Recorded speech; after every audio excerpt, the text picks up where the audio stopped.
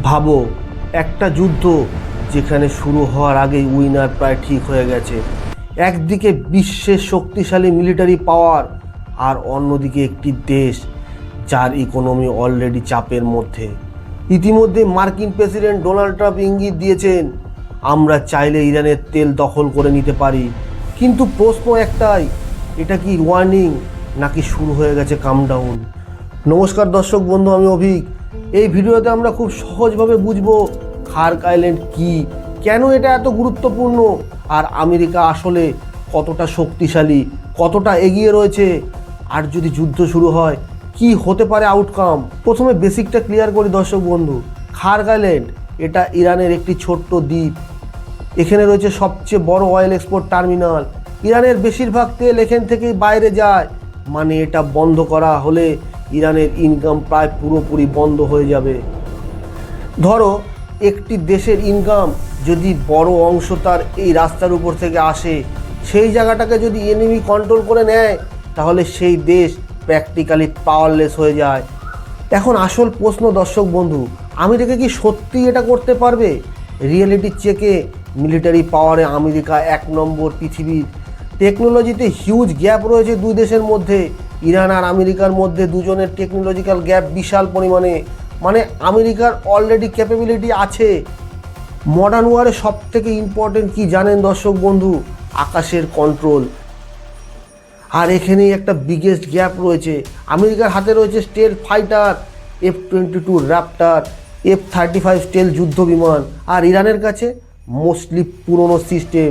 মানে যুদ্ধ হলে আকাশে অলমোস্ট ইনস্ট্যান্টলি ইউএসের একটা বড় কন্ট্রোল রয়েছে। এটা শুধু থিওরিটিক্যাল না, অলরেডি গ্রাউন্ডে মুভমেন্ট শুরু হয়ে গেছে। মধ্যপ্রাচ্যে পৌঁছে গেছে ইউএসের তিরুপলি।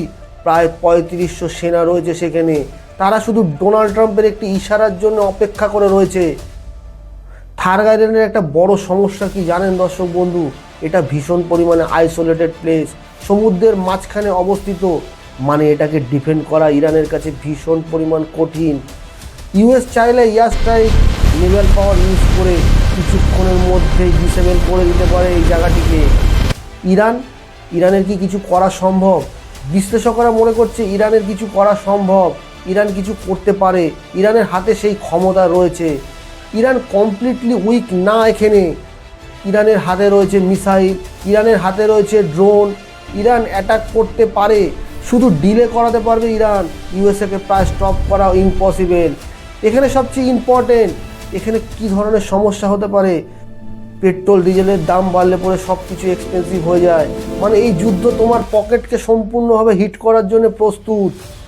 সব মিলিয়ে পিওরিটি চেক করতে গেলে একটা জিনিস স্পষ্ট, ইউএস হচ্ছে অফেন্সিভ সুপার পাওয়ার, আর ইরান এখানে defensive super power. Direct conflict হলে কন্ট্রোল থাকবে আমেরিকার হাতেই। শেষে একটা জিনিস বলি দর্শক বন্ধু, আমেরিকা চাইলে থার্ড আইল্যান্ডকে টেকনোলজি দখল নেওয়া পসিবল। ইরান রেসিস্ট করবে, কিন্তু থামানো ভীষণ কঠিন। এখন তোমাদের ওপিনিয়ন কি দর্শক বন্ধু? এটা কি অলরেডি গেম ওভার হয়ে গেছে ইরানের, নাকি ইরান কোনো সারপ্রাইজ দিতে পারে? কমেন্টে তোমাদের মূল্যবান মতামত লিখে জানাবেন। ভিডিওটিকে ভালো লাগলে লাইক করবেন, চ্যানেলটিকে সাবস্ক্রাইব করবেন। সবাই সুস্থ থাকবেন, ভালো থাকবেন। জয় হিন্দ, বন্দে মাতরম, ভারত মাতার জয়।